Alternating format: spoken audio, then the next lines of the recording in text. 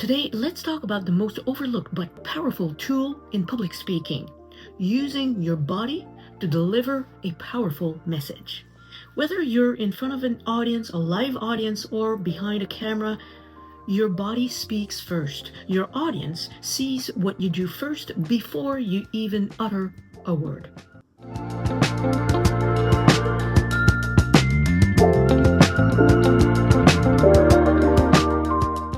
Hello there, I'm Marie-Josée from Powerful Communication.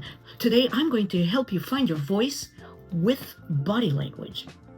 This may sound a little bit strange. However, knowing how to control your body language when delivering a message will strengthen your message and make it even more memorable. But before we start, if you think this video is helpful, please consider giving it a like, sharing it with your friends and colleagues, and also please consider subscribing to my channel because it really helps me. Okay, so let's start. Here's why body language matters.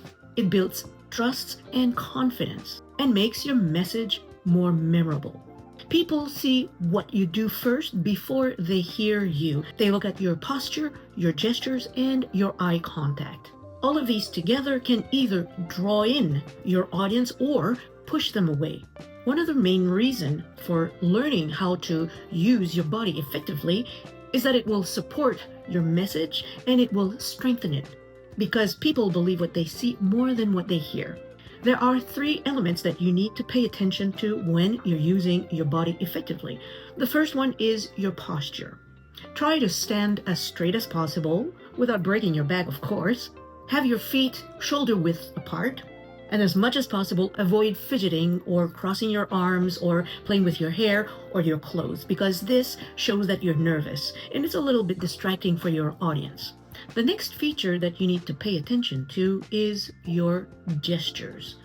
Try as much as possible to use open and meaningful hand gestures to strengthen your message and your key points. And finally, eye contact. I've told in past videos to help relieve the tension when looking at one person in particular. You can look at the back of the room, so you're not looking at one specific person but looking at everybody while looking at nobody at the same time. I know I feel that pressure whenever I'm talking in front of a live audience. However, this is something that we truly need to work on and we really need to overcome. There's no way around it. When you're looking at one person, it shows that you are interested, that you're delivering your message to one person also means to everyone. So very important to overcome that nervousness. To help you with this, use the mirror game. So what you do is, if you have a speech to give, you videotape yourself either with your smartphone or a regular camera and videotape your whole speech. That's the first version, and as soon as you've videotape yourself, forget about it. Then move on to the mirror game. You practice your speech over and over again, and every time you see that you have an awkward moment, that your gestures aren't good enough, your eye contact is looking at a different place, fix the problem as soon as possible. Do not move on to the next problem before you have fixed one problem completely. If you move on too quickly, the process will need to be repeated over and over again, and this way it will take a longer time to fix your problem. So fix everything right away and then move on to the next problem. If you see that this process is taking a little bit too much time, just start again the next day and continue where you left the night before or the day before, and then continue the process until the speech is good enough. Then you videotape yourself again, this time with the corrected version, and watch yourself the before and after. I am 100% sure that you will have improved yourself considerably, and you'll think it's pretty cool. And it's also a confident booster when you see how much you can improve in so little time. So don't skip that step. Why is controlling your gestures during a speech so important?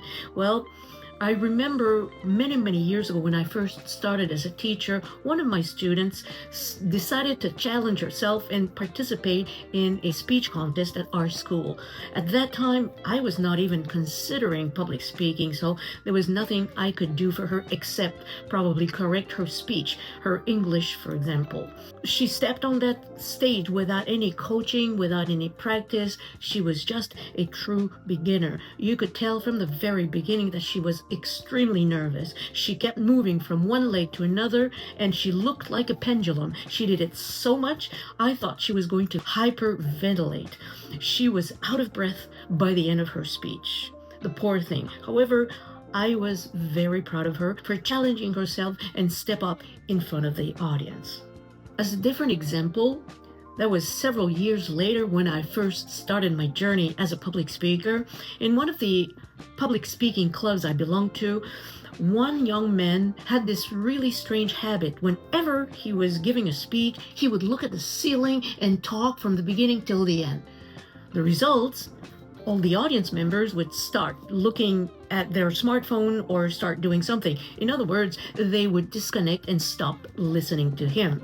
Luckily, this was a public speaking club, so many evaluators helped this man to get back on track and look at his public and use proper gestures. It took a little bit of time, but he finally managed to get it. This is one of the reasons why being able to control your gestures even before you are an advanced public speaker will help you gain some confidence from the very beginning. Don't skip that part. Here are some examples of bad body gestures and good body gestures. When you're greeting your audience, if your head is down and your arms are crossed, it doesn't look very good. What you want to do is, first of all, if you're going to be in front of a live audience, smile. Never underestimate the power of a smile, especially if you're extremely nervous. If you start smiling at your audience, chances are people are going to smile back at you, and this will help you gain a little bit of confidence. So, smile, stand firmly, and look at your audience when you're explaining key points. If you use no gestures and your voice is monotone, you're going to bore your audience to tears. What you want to do is use your hands to frame your main points. And notice then when people are telling a very important point, they really want you to get it, they tend to lean a little bit towards you.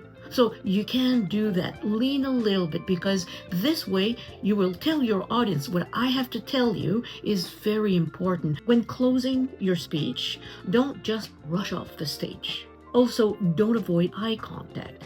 What you want to do is take the time to acknowledge your audience, say thank you, and then slowly leave. If you need to, just shake hands with the person who introduced you and then leave the stage. To recap, your body can either strengthen your message or undermine your credibility. Remember, your audience always sees you before they hear you. And finally, use the mirror game this week. Practice until your body language says, I believe in what I'm saying. And if you're interested in learning how public speaking can help you in awkward social situations or with chronic lack of confidence, please click on either of these videos, or down below, there's a list of 10 different videos that tackle different fears. Click on one or all of them to help you overcome those fears. Until then, I'm looking forward to seeing you in my next video. Goodbye.